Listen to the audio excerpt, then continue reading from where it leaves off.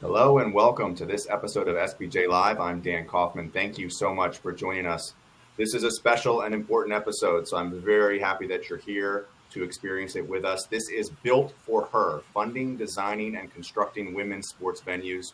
We have three fantastic panelists that we have today, and we've got an equally great moderator, and I'm here just for the introduction.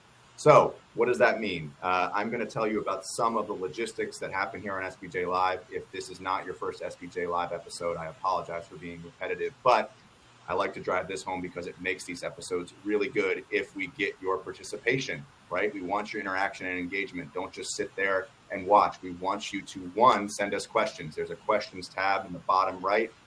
Make sure you put your questions that you want to ask of our panelists in that tab, and Brett will do a great job of weaving those questions in throughout. There's also a chat bubble on the right-hand side, right next to the questions bubble. Make sure that you are chatting in there. Make sure that you introduce yourself in there. Tell us who you are and where you're coming from. If you see people that you know who are chatting, please feel free to message them within that chat feature. Okay, we'll go for about 40 minutes or so, and then I'll come back on and close everything out. But it is my pleasure to introduce a really, really special episode and a great group of panelists that we have here. We have Jennifer Epstein. She's the controlling partner at Boston Unity Soccer Partners. Nikki Fargas, president of Las Vegas Aces, and Ginny Gilder, managing member at Force 10 Enterprises. Brett McCormick is a reporter with Sports Business Journal. Brett, the floor is yours. Thank you so much. Yeah, thanks, Dan. I really appreciate it. I cover facilities, fan experience, and ticketing. And at some point in the last year, I've talked to each of these three women, and this is an incredibly accomplished group. They all have Wikipedia pages that look better than probably anybody involved with this thing could ever hope for. And I'm really excited to steer this conversation about a topic that needs more visibility. So the way I wanted to start first was allow each one of these women a chance to tell us about their role in their organization and about the facility project that they've been working on, which is, the reason that they're here. So we'll start with Ginny Gilder. Hey, thanks so much, Brett, for inviting us. I'm one of three co-owners of the Seattle Storm, WNBA franchise all the way up in the northwest part of the country. I'm a member of the ownership group who sits on the board of governors. We've owned our team since 2008. And in 2018, we started working on developing a practice facility for our players. And it is due to be completed end of March, about 40 days from now. Nice, thanks. Nikki, how about you? Well, I'm Nikki Fargas, and thank you again, Brett, for allowing us to speak on a topic that is really important to all of us on this call. I'm the president of the Las Vegas Aces. I joined the staff in 2021. The design of the Las Vegas Aces headquarters began in February of 2021 with the players' daily journey through the facility, which was one of the primary building blocks for the Gensler design team.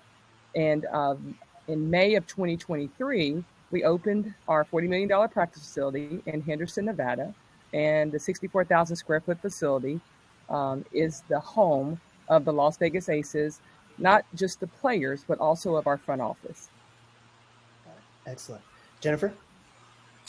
Hi there, Brett. Nice to see you again, and thanks for having me. I am one of four founding partners and the lead owner and the governor in the league for Team 15 in the National Women's Soccer League. We are based in Boston. We are doing exactly what the title of this SBJ Live is. We are building for her. We are alongside the city of Boston. We're partnering to renovate and White Stadium here in Franklin Park in the city of Boston and turn it into our home pitch when we begin play in the season of 2026. Yes. So thanks to each of you for being on here. Really appreciate it. This is a topic that I've been thinking a lot about. We have a story actually in the next SBJ magazine looking at this growing trend of women's sports facilities being developed specifically for women's pro teams. And just this year, we're going to have obviously the historic CPKC Stadium in Kansas City. That's going to open in March or April. We'll find out tomorrow. I believe they're releasing the NWSL schedule tomorrow. First specifically built for a women's pro team in the U.S. at least, probably globally. And then the Seattle Storm and Phoenix Mercury also have training facilities coming down the pipe this year. And of course, Boston Unity is the Unity Group is working on its own stadium that it would control. It wouldn't own it, but it would control it. So, and many more, I'm told, are in the works at various stages. I know Bay FC, which is a new NWSL team, is also working on something. So, Jenny, I wanted to start with you. What are you seeing happening in terms of development of facilities specifically for women's professional sports teams? I mentioned a few projects that are getting going, but what are you seeing like more broadly that is kind of bringing this about right now? Well, I think it's probably taken us a while to get here, but finally, women's college sports and women's pro sports seem to have caught the spotlight. And when people become interested in something, a business opportunity usually follows. And frankly, this is really all about business and cultural change. And what's happened, really, I think it's, I'm kind of a Title IX baby. I went to college in the mid 1970s, right after Title IX was passed. But you're just seeing the impact of that legislation now starting to hit in the business world, in pro women's sports, because interest is growing. And I think a lot of what happened in 2020 with the Black Lives Matter movement and people really waking up again to the need for equity in the country really pushed along the interest in women's sports. And then, of course, the other thing that happened in 2020 with the pandemic was media used women's sports to provide content, which they didn't have. And all that has combined to really get women's sports, both college and pro, up to a new level of interest. And of course, people, business people are interested in what's the next new thing. And they're not only investing in the next new thing, but making women's pro sports the next new thing. It's not one or the other, it's really both. And facilities are fundamental to that. Right. Beyond the symbolism of the stadium that the KC Current are about to open, how valuable is it for the business of women's sports, and in like what specific ways? Jennifer, I wanted to ask you that since you're in the same league. Well, I think we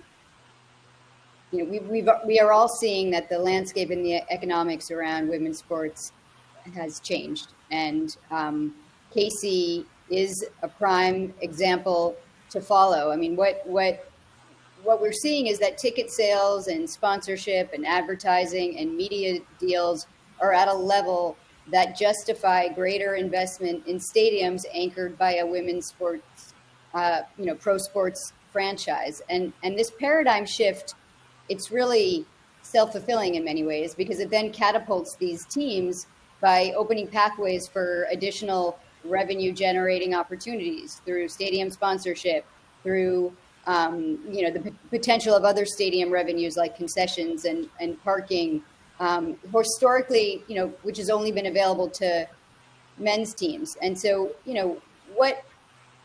if you can achieve your attendance thresholds, you can justify having your own stadium and attendant to it, all the other benefits that go with it. The NWSL has broken attendance records the last 2 years in a row. KC just announced they've already sold out their stadium for 2024. So, they're capitalizing on these attendance records, and they're investing and they're building their own and paving the way for other stadiums to be built primarily for a women's team. And, I'm excited that Boston and White Stadium will have that distinction as well.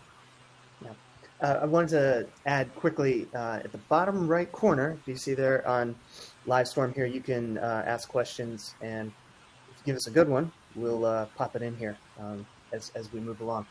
So I wanted to ask each of you a question that's sort of specific to an aspect of your team's facility. And Nikki, I wanted to start with you because yours is the only one on here that's open.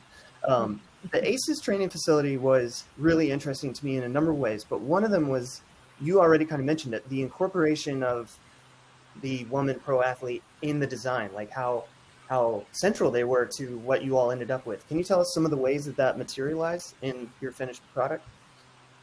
Well, at first, I think it's important that when you look at the design team, Jensen's design team had 3 women leading the way. Right. And we also utilized Burke Construction, which is the icon. And also it was led by women, Julie Omaker and Shannon Miller. And so when you have women in these, I'm going to say, leadership positions in a field like construction, that's not common, first and foremost.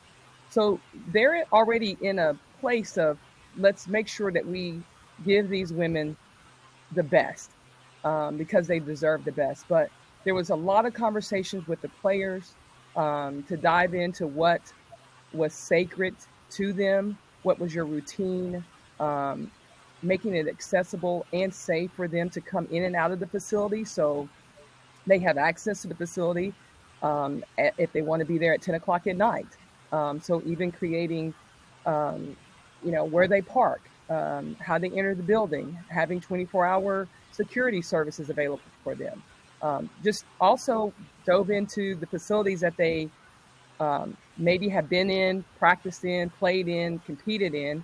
And we wanted to find out, what did you like about it? What didn't you like about it? So, and then we wanted to ask them what would be something that, if you had a magic wand, this is what we would want. And to have an owner like Mark Davis, who, it's great to have men who are allies, who understand. And I know, Jenny, you mentioned this about Title IX. One of the things that he talked about when we were discussing Title IX a few years ago in our offices was, Title IX was about participation. Thank you for allowing us to participate. But now it's moved to compensation.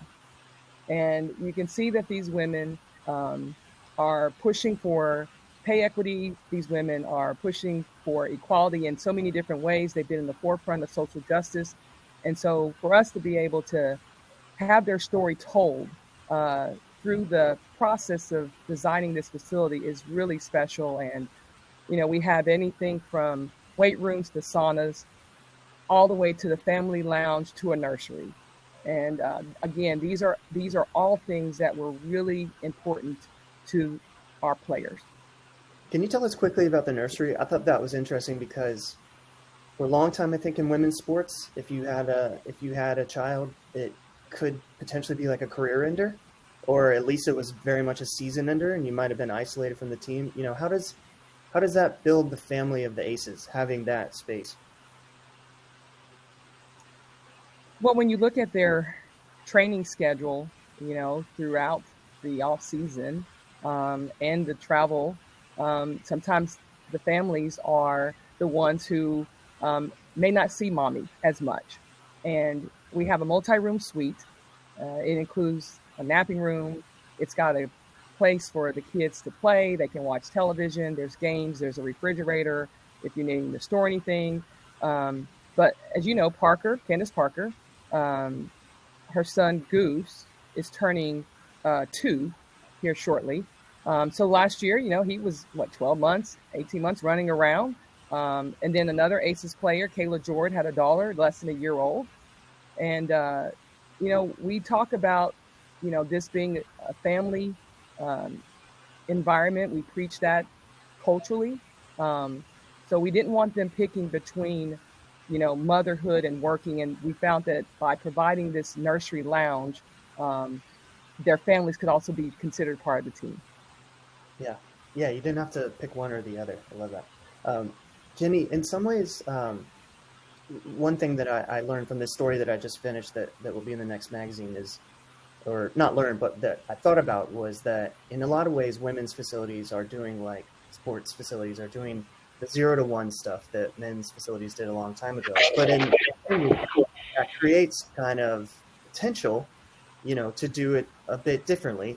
And I think one of the aspects that I'm already seeing in women's specific facilities is more open arms to the community. So how is your training facility? Because I think the Aces also represented this, literally like the front half of it does. How is your building incorporating the community that is around? Well, first of all, Seattle has a long history, and I think it's true the WNBA um, of being integrated so closely, identified with the push for social change. And what we say about the Center for Basketball Performance that'll be opening at the end of March is that it's literally the intersection of business, sports, and social change. So as part of what came out of 2020, we created a whole platform called Force for Change, which really combines our players' interest in generating social change and our organization's long history of generating social change and pushing for that. So it just like the Vegas facility, this is going to be the Seattle Storm's home. It's our front office, our back office, our players, our courts, and the home of Force for Change. So we do a lot in the community in terms of raising money with our partners for organizations focused on Black women-owned businesses, LGBTQ, voting rights, things like that. That'll be homed in the facility. But even more than that, we are all about the love of basketball. So this becomes our home opportunity to basically infect all children and adults, but mostly children, with a love of basketball. So this will be the home of our camps and clinics program. And while our players obviously will have full access, there are times when they're not there. So we will be building out the facility. And when you get into real estate development, you always start thinking about what's the highest and best use for a property. So we love the idea that it's home for our team, our franchise, and it's not a community center. It won't just be open all the time, but it will be a place where young people can come and learn to play. And a lot of our programming will be no cost to youth. All right. Love it. Jennifer, you and I spoke about CPKC Stadium as obviously kind of like the pinnacle of what a women's sports team could achieve right now. Can you walk us through how your proposal for White Stadium might be more replicable in a lot more places, at least in the near term? Like, explain some of the aspects of why that might be the case. Well, I'm really proud of our partnership with the city of Boston and what this is going to mean for the city. We've committed to transform White Stadium into an exceptional and vibrant experience for our elite athletes and our supporters, but also the entire community. It's this public-private partnership is really unlike any other in professional sports. And when I said we're building for her, but we're actually building for them, because it's not only going to house the next championship sports team here in the city of Boston, but it's going to be the home for the students of Boston Public Schools. I mean, a really phenomenal and remarkable opportunity that public schools students will be able to, participate in such an extraordinary facility. So, we're revitalizing a stadium. We're helping to revitalize Franklin Park. And we're focused on ensuring that the economic and community benefits that flow from this project go, substantially to the surrounding neighborhoods. We are trying to achieve a 50% WMB and local threshold in our contracting. That this includes new jobs focused on the local community and a range of opportunities for the BPS students and Boston's youth to interact with our team through internships, mentorships, scholarship fund, and an annual community fund to benefit the surrounding communities. We are right now in the midst of a robust permitting and entitlement process. We hope to complete to allow us to break ground in the summer of 2024. It is involved and will continue to involve spending a significant time with the community to understand their goals and their concerns and their priorities associated with this project. And we're working together to, collaboratively find solutions. And ultimately, this is a historic venue.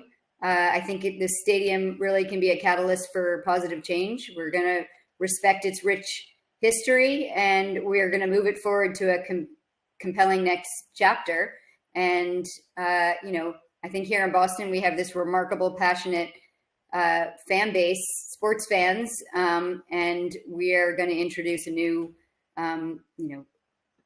just to reiterate, soon to be championship women's team here into our, crazy, passionate sports scene here in Boston. Yeah. Jennifer, we had a question from Danielle Smith that, we were discussing how training facilities can be geared to women. How are there any things like that you've come across? And I know you're pretty early in your process with design, but how about for a stadium for a woman fan, not necessarily a woman athlete? I'm sorry, you mean building would there be anything? Yeah, would there be anything kind of designed differently about a stadium that was geared towards a women's team? I guess maybe obviously like locker rooms and things like that, but I don't know on the fan side. Well, I mean, we are building a training facility also. That will come next. Okay. We are, in the early stages of that. I think, women's sports can really be a force for good. I mean, and listening to what Ginny and Nikki are saying as well, and how, we are looking to kind of build this team entrenched within the fabric of our community. Soccer's a global sport. Boston's a global city, and we want to be inclusive to all our fans. So, I'm not necessarily that doesn't exactly answer the question in terms of specific design features targeted towards women, but perhaps what the environment will be and how it will be, an inclusive environment that will embrace, our traditional fan. And what we started to hear when we talked to some fans of women's sports is that the spaces haven't always felt super welcoming for them. So we're, going to try really hard to make this the most welcoming and inclusive experience for all our fans. Yeah, I mean, I would say even the location of your venue in a park, it's a very public setting, so right off the bat, it should feel inviting, I guess. Nikki, I wanted to ask you, as we're talking about training facility versus stadium, what's some of the calculus that would go into deciding whether a team tried to invest in a training facility or an arena or a stadium? Because quite obviously the finances would probably be, or the financing would probably be different, but what other kinds of thinking goes into that? Well, I think obviously the economics would be the driving force regarding building an arena, and is it public, is it private? I know for us, it was very important when Mark Davis purchased the team. One of the first things that he committed to was, and he said this, wanted to build them a home. I wanted to make sure that these players had a place designated for them to be successful on and off the basketball court. So strategically, we were able to overcome some of the challenges during the COVID year, coming off of COVID in 2021. Obviously, we all know there's a steel shortage, so that delayed the project a little bit more. So, but I think this is an unbelievable time for us in women's sports. When you think about what, Jenny, your team is doing at Seattle, typically in the WNBA, there's, I want to say 7 teams are still connected to an NBA franchise. I think it's important that we understand that there were facilities for these women to practice in, but those who had that designation with an NBA team, but it wasn't. It was a shared resource. And I think when you're looking at these players, because there's a larger conversation, because these players are now staying in market. They're staying here to train, to get better, to work on their game in the off season. More importantly, they're here to also be a vessel for us in the community. And so that's important to us to be able to provide this type of facility for them to do so. It's a dedicated year-round facility. They're able to work with their coaches in market, which those are resources that haven't always been available because there wasn't a place for them to work out. So instead of having, training camp, which is about 2.5 weeks out of the year. Now these players are able to train with a 4 to 5 month program, and to work on different areas of the game, which is only going to grow our game. And so the strategy behind developing the state-of-the-art facility is a larger conversation in the sense of we're also able to look at what we are able to do in the community. We are able to, because we've seen a decline in participation of girls in basketball. So we are able to tackle that by hosting basketball camps and clinics. We are able to, have teams come through and look at the facility and take notes and say, this is something maybe that we want to do down the line as well. And I think that's a larger conversation that we don't have enough time to dive into, but I do feel as though this is the beginning of something really, really special. Yeah, Nikki, we got a question from the audience that referenced the nursery at your training facility. Is that only for players or is it for staff also? Because I think I remember you saying that one important aspect of that training facility was the business and the team were together now. It was like more of a unit, where they had been split. Yes, it is. It's for players and coaches and the medical team. We do have a few coaches on our team that are parents, so their kids are in there as well. Got it. Okay. And Nikki and Jenny, I wanted to ask you too, because I thought about this while I was writing the story I was working on. How do you view the WNBA's tight connection with the NBA? It seems like it might be a double-edged sword. In some ways, you've got access to these great arenas and venues, and in Seattle's case, the NHL. And in other cases, if the team is owned by the NBA team, it could be a hindrance. I wonder how you all think about that. Well, we bought our team from the Seattle Sonics in 2008 when Clay Bennett was taking the team to Oklahoma. And we figured, frankly, that he didn't care that much about the women, and there was a really strong fan base, and we were businesswomen, and we wanted to keep the women in Seattle. We couldn't afford to keep the men. So the Storm started as an affiliated franchise. But I think one of the reasons, frankly, that we were interested in buying the team was we didn't want to be the tail on the dog. And with valuations where they are, if you own a WNBA franchise and an NBA franchise, a WNBA franchise is about 1% the value of an NBA franchise. So where are you going to focus your time just from a business perspective? So it's a very different ballgame being an independent team. And I think there are advantages and disadvantages. Obviously, NBA owners have really good facilities. They control, for the most part, their arenas. They can provide what they want to their women's teams. And that's not necessarily the case with an independent. But we have the luxury of only focusing on our business. And we are business builders. That's what we're about. We've been building a business for 16 years. And for us, that's allowed us to really focus on what a women's team needs as opposed to a women's team within a larger complex. So I think in general, affiliated teams might have more resources. I think Mark Davis is an exception because he owns a different men's pro sports team. So you're dealing with a slightly different economic picture, but we've been very successful in building our business.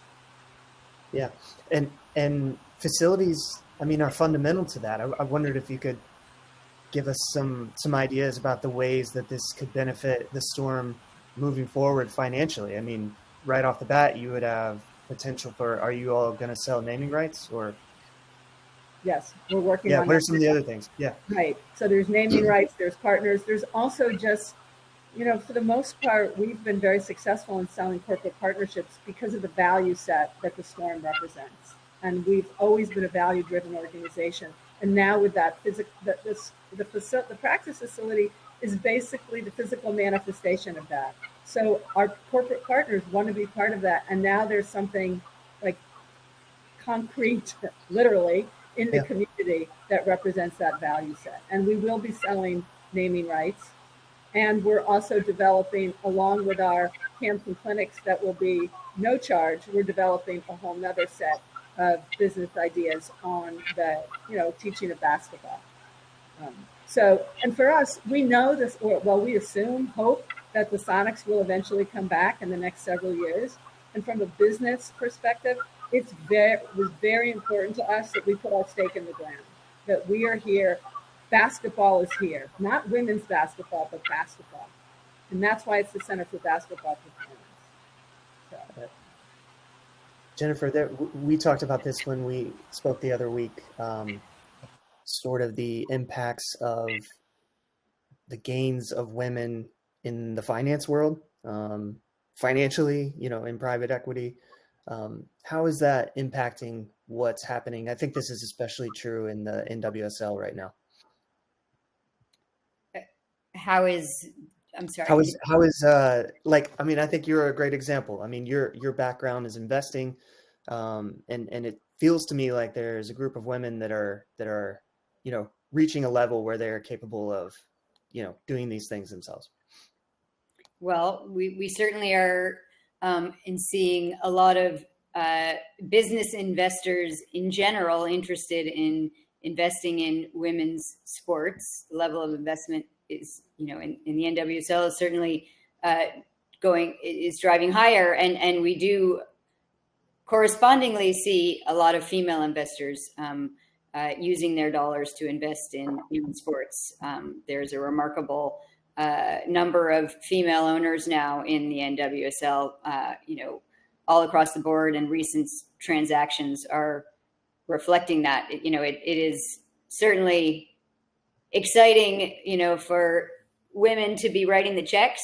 And, in women's sports, I mean, let's be real, women's sports, the cost of the level of those checks is still smaller, which is, allowing for some more accessibility and more female investors to get involved. That's just kind of part of the reality, I think. But I think women investors, show a lot of innovation and creative solutions. And I think we're going to see that, and we have a female commissioner of the league right now, Jessica Berman. I mean, I think, it's driving the league to new and very successful places. And I'm really excited to be a part of it. My founding team is the other three founders are all women as well. So yeah, let's let women pave the way. Yeah. And real quick, we should have maybe mentioned this earlier, but tell us about Juno Equity, because I feel like it in a way is almost like a mirror of what you're doing with the sports side. Like Juno Equity's like thesis. Yeah. Well, I started Juno Equity with the belief that, echoing just what I said, that, to drive female leaders, we need women writing the checks and receiving the checks. And I believe in the value of a plurality of voices and diversity in perspective that drives greater economic return. So this is not just about believing in women. It's actually a good business decision to, invest in founding teams that, reflect like I said, a diversity of perspective, makes for better and stronger organizations. So, I started to go down that path, and actually it was one of those investments, well, two of those investments actually, that drove me to this opportunity, which I'm super thankful for.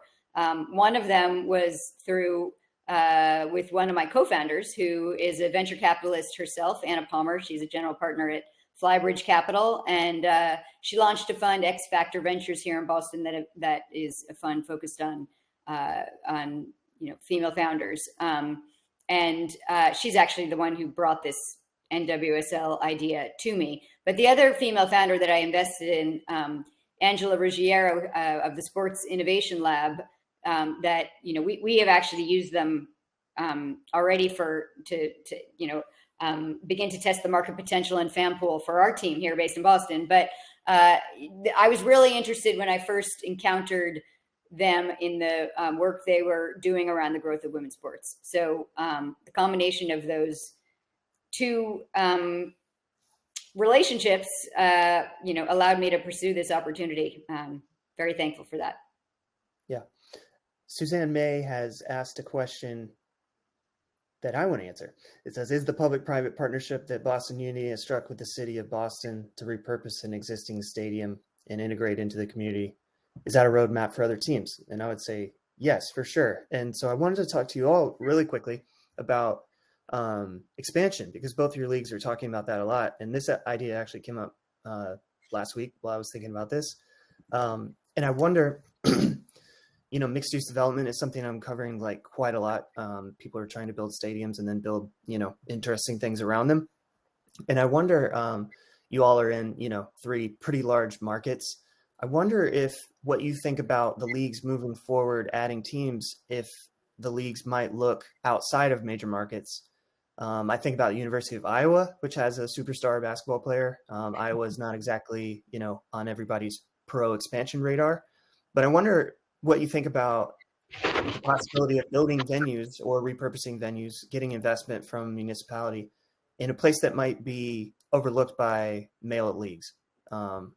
And I don't have anybody to direct that question to, but I wonder what any of you think about that. I'm happy to take a crack at it. Yeah, go ahead. So I think with the WNBA, it might be a little too soon for that, frankly. Okay. I think we really want to go where it's warm, where there is a fan base that's the demographic fits, who's interested in the WNBA. And I'm not sure that demographic is everywhere in the U.S. Also, you need, I think one of the reasons that women's sports is starting to flourish is because you don't need everybody to be a fan, right? You need a group of people, 10,000, 15. So where is the right size community where you can get that kind of support? And this is still a cultural shift. So you need parts of the country that are shifting or that have shifted. And you don't want to put a new franchise. I wouldn't think you'd want to put an NWSL franchise in an environment where you're having to go and try and shove the culture forward yourself.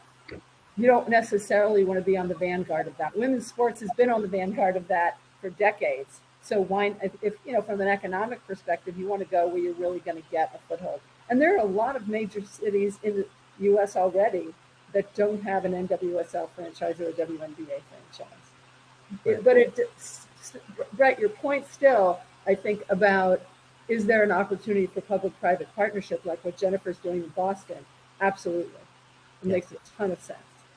Yeah. I wonder about, you mentioned earlier a university you all had worked with that it didn't quite work out, but I also wonder if like universities would be good public partners in this kind of thing. Nikki, do you have any thoughts on that? You came from. I know. I was going to say, yeah. I mean, I did. I came from the university world of coaching for 24 years, and when you think about how this game has grown, and I'm just going to speak about at the collegiate level, and obviously there's federal mandations that mandated that women have due to Title IX we have the same resources available to us. But the way that the game was grown was there was a strong and passionate front office. I came during a time when we had a men's athletic department and a women's athletic department at the University of Tennessee. So the dedicated resources were 100% how do we grow women's basketball. It was not, hey, we've got men's basketball coming up. We need to go and put this person who is maybe more qualified over here on the men's side, and then we get the leftovers. That was not the case. It was led by a female athletic director in Joan Cronin. Obviously, Pat had Summit leading the way in so many facets, but our head athletic trainer, Jenny Moshak, the person over academic affairs, Carrie Howland. You just saw these powerful women in these leadership roles. And so I think we've got to look at those examples and say, where are our women leaders? Because I think that's why the Stanford of the world, where you've got Tara Vanderveer, who just had an unbelievable milestone of being the winningest coach, male or female, in the country. So they've built this fan base but it was a strong history of supporting women. So when we are looking to potentially expand, it's hard to really drum up fan support of a sport that may not be there. I know for us, when I first got to Vegas, and this shocked me, a lot of people didn't know there was a WNBA team in Las Vegas. And so we did a lot of community work. We did a lot of marketing, brand marketing, PR, everything that we could do to get in front of the community. So we built this. And I think if you're looking to really expand us, make sure that the economics obviously line up with the ecosystem of those fans who are historically supporters of women and women's basketball in particular. Yeah. Interesting. We'll take, let's do one last question. Nikki, when I talked to you about the ACES training facility, you kind of blew me away with by telling me that Candace Parker had never had her own locker until the ACES facility was open. What kind of advantage are the ACES starting to notice in terms of competition within the league and free agency and things like that? I mean, these are pro teams that want to win. I mean, how is that going to manifest? Well, when I did mention to you that, Parker had never, in her career, she was like 16 years in the league, never had a locker in her career. And so when we talked to Parker during free agency, one of the things when you have players that are seasoned, they're going to be very aware of what type of medical rehab is available for them to continue their career however many more years that they have, because they know they're on the downside of the career. So it was very beneficial to be able to talk about the facility and what we could provide for a free agent of Candace Parker's caliber. And it's a place, though, that she is in there constantly, was utilizing it constantly. And I think it helped her, start our season last year. Alicia Clark, another seasoned veteran in our league, also was drawn to the fact that we could provide this level of health and wellness. And these players are very conscious of the wear and tear, if you will, of their bodies. And it's important for them to be able to, after the ball stops bouncing, to be able to walk up and down steps, to be able to get out of bed and not feel the aches and pains. I think that's important. So, there's that aspect of having a facility that is really devoted to the overall health and wellness of the athlete. Yeah, fascinating. We'll get Dan back in here, but I wanted to thank all three of you for joining us. It's a very interesting topic, and I'm really excited to see where this goes, because I think there is a general boom of sports facility building that's going to happen the rest of the decade, and I'm excited to see what comes out of that on the women's side. So thanks again for joining us, and for everybody that listened. I appreciate you joining us too. A virtual round of applause to all of you. Thank you so much for your time. Really appreciate it. Thank you to the audience for being with us. And thank you for your questions and your chat. We had a ton of interaction, and it's great to see the folks who are introducing themselves in the chat. I'm going to drop a link in the chat as well. That's to upcoming episodes of SBJ Live. We actually have 2 next week, one focused on the Super Bowl and a second one that is focused on venue technology. I hope you'll join us for those as well. Ginny, Jennifer, and Nikki, thank you so much. We couldn't do it without you. Best of luck for all of you, and we hope to have you back sometime soon. Brett, thanks for moderating. Everyone, have a great day. Appreciate it. Take care. Thank you. Thank you.